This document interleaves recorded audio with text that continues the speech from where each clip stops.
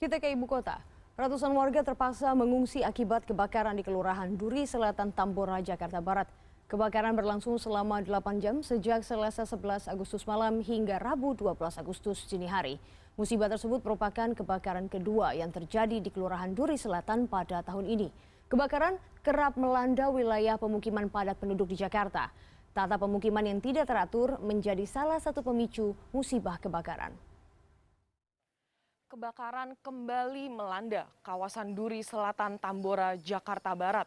Kali ini kebakaran berlangsung selama 8 jam dan menjalar ke 5 RT, yakni RT 1, 2, 3, 5, dan 10.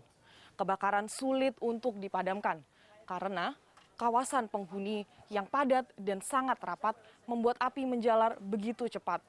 Sebagai gambaran, Kelurahan Duri Selatan luasnya 0,34 km persegi dan dihuni oleh 17.465 jiwa. Akibat musibah kebakaran Selasa 11 Agustus, 382 keluarga atau 987 warga Kelurahan Duri Selatan kehilangan tempat tinggal dan diungsikan. Ati merupakan warga Kelurahan Duri Selatan sejak tahun 2006. Kebakaran Selasa malam telah menghanguskan rumahnya. Nama saya Ibu Ati, tinggal di sini sudah berarti 15 tahun ya. 15 tahun. Dari tahun 2006. Jadi aku langsung keluar tapi ngelihat api udah gede. Jadi bingung kan mau apa yang mau dibawa gitu. Jadi cuman teriak ke anak cuman bawa surat-surat sama laptop. Udah nggak bawa apa-apa lagi. Data Kelurahan Duri Selatan mencatat, setiap meter persegi di Kelurahan Duri Selatan dihuni oleh 20 orang. Menurut data Kecamatan Tambora, ada 3 kebakaran besar di tahun 2020. Di bulan April, kebakaran terjadi di Kelurahan Jembatan Besi. Di bulan Juli dan Agustus, kebakaran terjadi di Kelurahan Duri Selatan. Kedua kelurahan tersebut merupakan wilayah padat penduduk.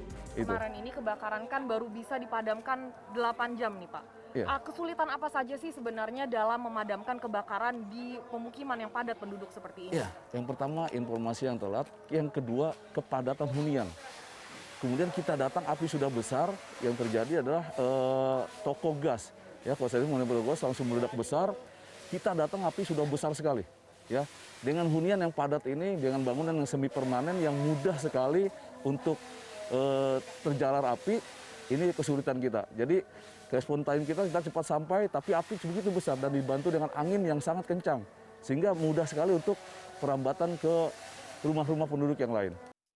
Menurut data Dinas Penanggulangan Kebakaran dan Penyelamatan Provinsi DKI Jakarta, ada 19.714 kejadian kebakaran sejak bulan Januari hingga 11 Agustus 2020.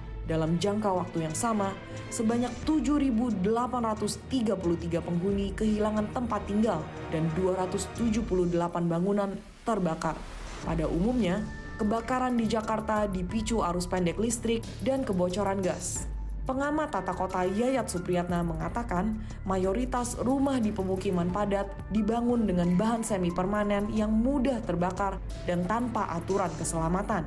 Selain itu, pemukiman dibangun tidak terencana sehingga letak rumah dan ruang seperti dapur, ruang tamu, dan kamar berdempetan sehingga mempercepat perambatan kebakaran. Dan ingat, kebakaran itu tidak gampang kembali membangun rumah. Karena apa? Kebakaran itu membuat orang jadi minus, 0, bahkan turun. Rumah habis, aset habis, surat-surat habis, mungkin tidak punya apa-apa lagi. Nah, bagaimana orang disuruh membangun ketika tidak punya modal? Kemudian disuruh membangun, lokasi itu atur. Ya dia akan memaksakan diri membangun dengan bahan ala kadarnya, dengan ilmu yang sepengetahuan mereka sendiri, pasti mengulang kembali model rumah yang lama, maka istilahnya di sana tumbuh rumah, tumbuh kembang. Dia akan berkembang terus mengikuti dinamika sosial ekonominya. Ada uang tambah, ada anak tambah ruangan. Akibatnya Pak, kepadatan. Maka dari itu, sebaiknya mengikuti langkah-langkah pencegahan kebakaran agar musibah bisa dihindari. Mencegah dan mengatasi kebakaran bukan hanya tanggung jawab petugas pemadam kebakaran. Jauhkan sumber api dari barang-barang yang mudah terbakar. Gunakan alat-alat listrik sesuai dengan prosedur dan dengan bijak. Lalu, siapkan jalur evakuasi untuk menghindari terjadinya musibah di dalam rumah. Siapkan juga alat pemadam kebakaran.